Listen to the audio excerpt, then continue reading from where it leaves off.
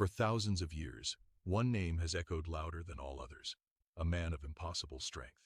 A hero who fought monsters, defied kings, and challenged the gods themselves.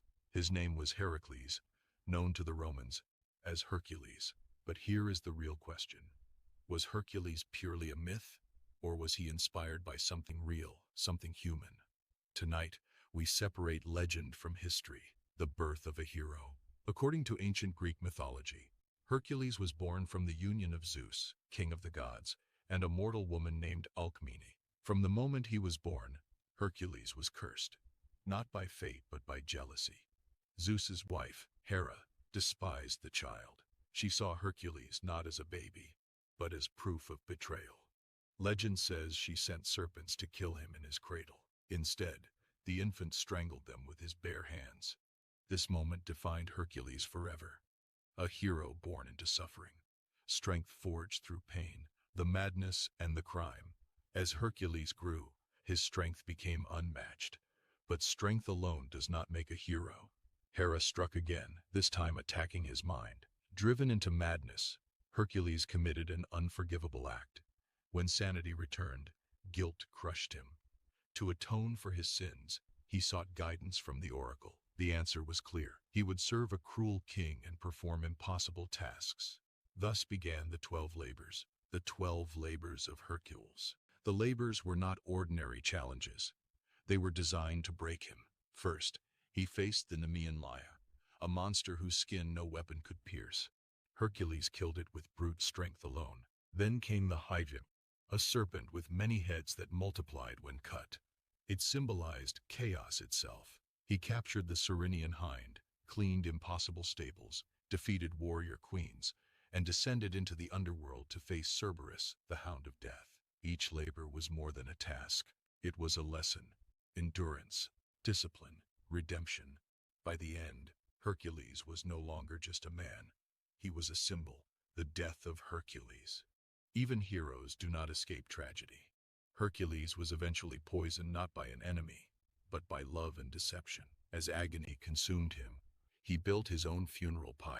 But instead of ending, his story transformed. Greek mythology claims that Hercules was taken to Mount Olympus. He was granted immortality, a mortal made divine. But mythology leaves us with a question. Why did ancient Greece create a hero like this? Was Hercules based on a real person? There is no archaeological evidence that Hercules existed as one man. No tomb, no inscriptions confirming his life. But historians believe Hercules represents something else, a memory of Bronze Age warriors. During the time of Mycenaean Greece, warrior culture dominated society. Kings ruled through strength. Battles decided survival. Real warriors performed incredible feats, lifting massive stones, storming fortresses, surviving brutal campaigns.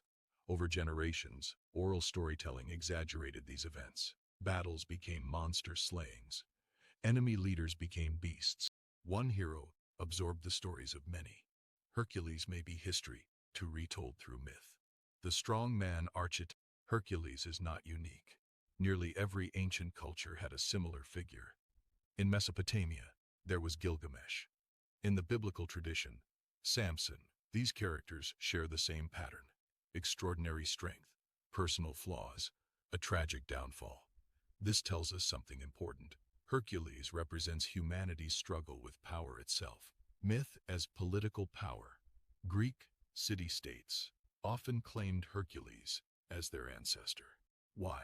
Because heroes legitimize authority. If a king descended from Hercules, his rule felt destined.